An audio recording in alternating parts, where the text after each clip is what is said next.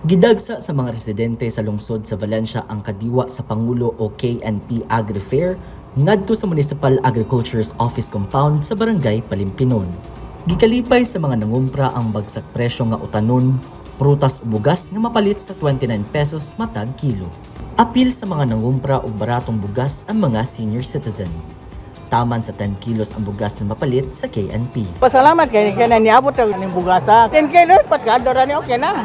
Programa sa Department of Agriculture ang KNP kauban ang Municipal Agriculturist Office. We are not only helping the farmers but also we are also helping the consumers na maka-access. So sa farmers nga side nga makabaligya sila o maka-direct sila o kuan baligya sa ilang produce sa mga consumers. So eliminating the middlemen. Gibutyag sa mao nga prioridad na baligyaan og bugas ang mga tigulang, mabdos, PWDs o miyembro sa 4Ps. Aduna tay mga NFA rice. So bago ni siya nga humay na to, bagong galing. So wala ni siya katong mga chemicals nga gipang spray.